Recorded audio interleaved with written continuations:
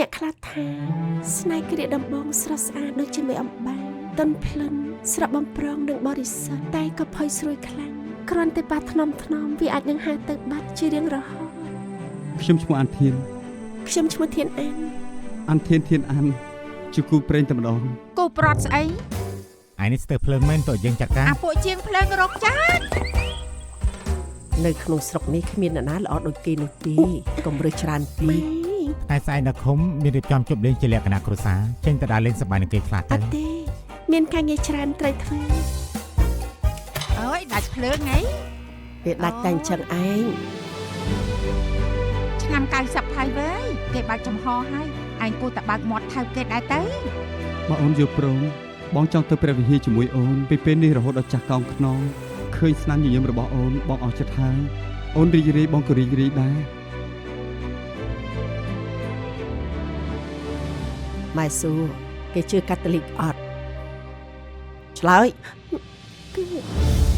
អានមានបញ្ហាអីអូនត្រូវតែនិយាយប្រាប់បងណាអានបាយនៅទីនេះឯងចង់មើលថៃនេះយ៉ាងម៉េចខ្ញុំដឹងថានៅក្នុងការភ្លេងមីងខ្ញុំជាមនុស្សអត់បានការតែសូមមេត្តាផ្ដល់ឱកាសខ្ញុំបញ្ជាក់ផងបញ្ជាក់ពីស្អីឯងចិញ្ចឹមខ្លួនមកចង់រួចផងខ្ញុំមិនបានទេអូនធ្វើបែបនេះមិនដែរអូនកាន់តែស្អប់បងណាអូនធ្វើអីខុសអូនកំពុងការពារស្នេហាយើងបើបែបនេះគឺជាវិធីការពារស្នេហារបស់យើងបងមិនចង់បានទេព្រះច័ន្ទលេបព្រះអាទិត្យហើយអាយសានពិភពលោកហើយអានចង់សងគុណម៉ែបែបនេះបែបទីគ្រប់យ៉ាងជាបំណងរបស់ព្រះ